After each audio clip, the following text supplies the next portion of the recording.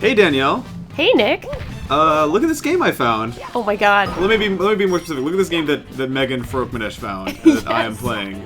This looks a little familiar to you. This looks really familiar. I think I might have played like 200 hours of this back in 1996, 1997. So let's let people at home know what we're looking at here. This is a little indie Unity demo made by a dude named Eric Royson Ross, who wanted to make a quick sort of a demo thing with this super character controller thing he made in Unity, and he, in his words, got carried away and recreated all of Bob-omb Battlefield in the Unity engine. I'm so glad that he did. This looks stunningly beautiful. It does, and you'll notice there are little things that he maybe didn't recreate exactly. Like there's usually a cannon up there, I'm pretty sure. Yeah, and then there are things that he added too. Like earlier in this video, you might have seen me jump on top of a question mark block and then butt stomp it, which you could not do in Mario 64, I'm pretty sure, but they added in later games.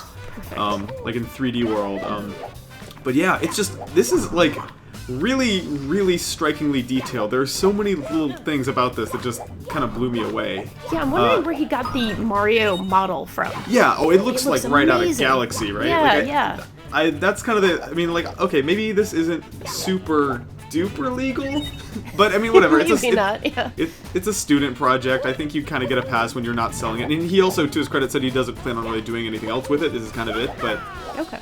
Really, I want him to make the whole thing because this looks incredible, and it looks like it controls pretty well. It looks like you're doing all the Mario things, and it's going pretty well. I was playing this with a 360 gamepad, and it felt pretty much right. There are a couple of little tiny things, like I noticed that his short hop feels shorter than it might have been in the 64 game. Okay.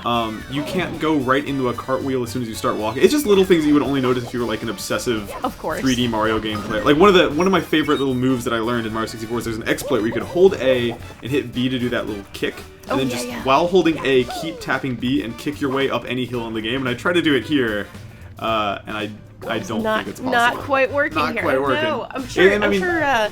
You know, Let's Players, and not even just Let's Players, but like speedrunners would find 100 new like exploits for making this version work. And likewise, I think if you're super familiar with Mario 64, you're gonna maybe feel the difference. I mean, like, you mentioned that. Look at that wall jump. Look at that. Oh yeah, look at that.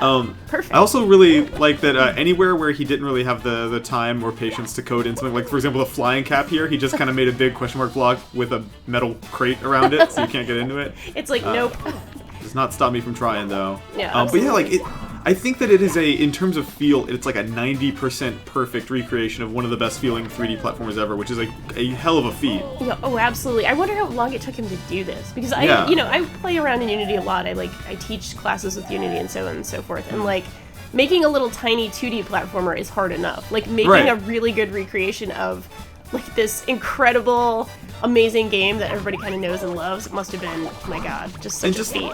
And the cute little, like, the things he put in there for the people he shared this with, like the fact that I just took that teleport shortcut up this hill. Yeah. I mean, this part right here, I don't think that's canonical. Yeah, that's all new. Like, a springboard, a non-lethal springboard up there, and like the cannons don't work, and you can't interact with the pink bombs. But it's like, it is so faithful in so many other more meaningful ways, and it's also like details like the fact that the coin counter is just this beautiful HD render of it. I even at one point in this video died just to see what would happen, and I'll show you what happens when we get there. But like, perfect.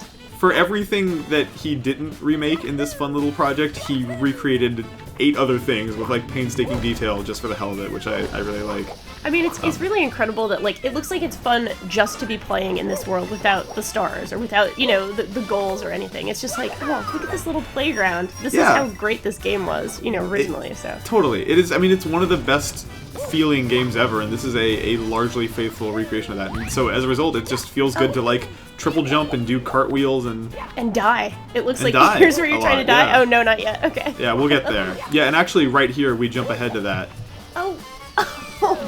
Yeah, I'm going out of my way to get as murdered as possible. It's hard to die in this level, I know. Kind of harder than you'd think, yeah. But I don't know, man. I want to see more stuff in this art style, I think, is my biggest takeaway. Like, these bright, like, green grass, blue skies, like, it's an underutilized. It's just beautiful.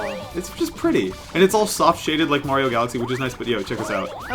Oh. Like why? Why do that? Perfect. It's amazing that he did, but Yes. But yeah, I'm sure that took a week to get it working correctly. exactly. But that was a look at the Super Mario 64 remake thing in Unity 3D. There's a full article on Polygon.com if you want to read more or find the link to play it yourself. But yeah, thank you for watching. Thank you.